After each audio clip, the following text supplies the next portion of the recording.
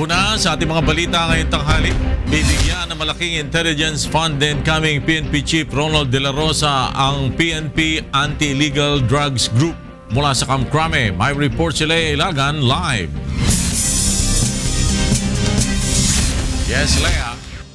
Magandang tanghali sa iyo, Flor. Kinumpirma ni incoming PNP Chief, Police Chief Superintendent Ronald De La Rosa na bibigyan niya ng malaking intelligence fund sa pag-upo niya sa pwesto ang PNP Anti-Illegal Drugs Group o AIDG.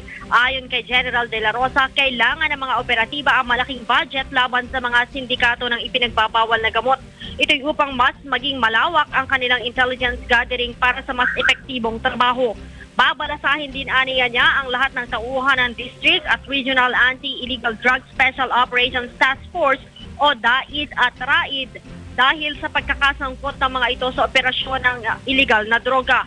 Uumpisan niya aniya ang pagbalasa sa lahat ng mga operatiba at opisyal ng PNP sa July 1 matapos siyang manumpa sa pwesto. Kung dati ay bawal tumanggap ng reward ang mga pulis, tiniyak ngayon ni General Bato na makatatanggap ng reward ang mga pulis na makahuhuli at makapapatay sa mga drug lords tulad na rin ng pangako ni President-elect Rodrigo Duterte. Naniniwala naman ang general na kahit na walang reward ay maayos pa rin magtatrabaho ang mga pulis bilang pagtupad sa kanilang tungkulin. Balik sa iyo, Flor.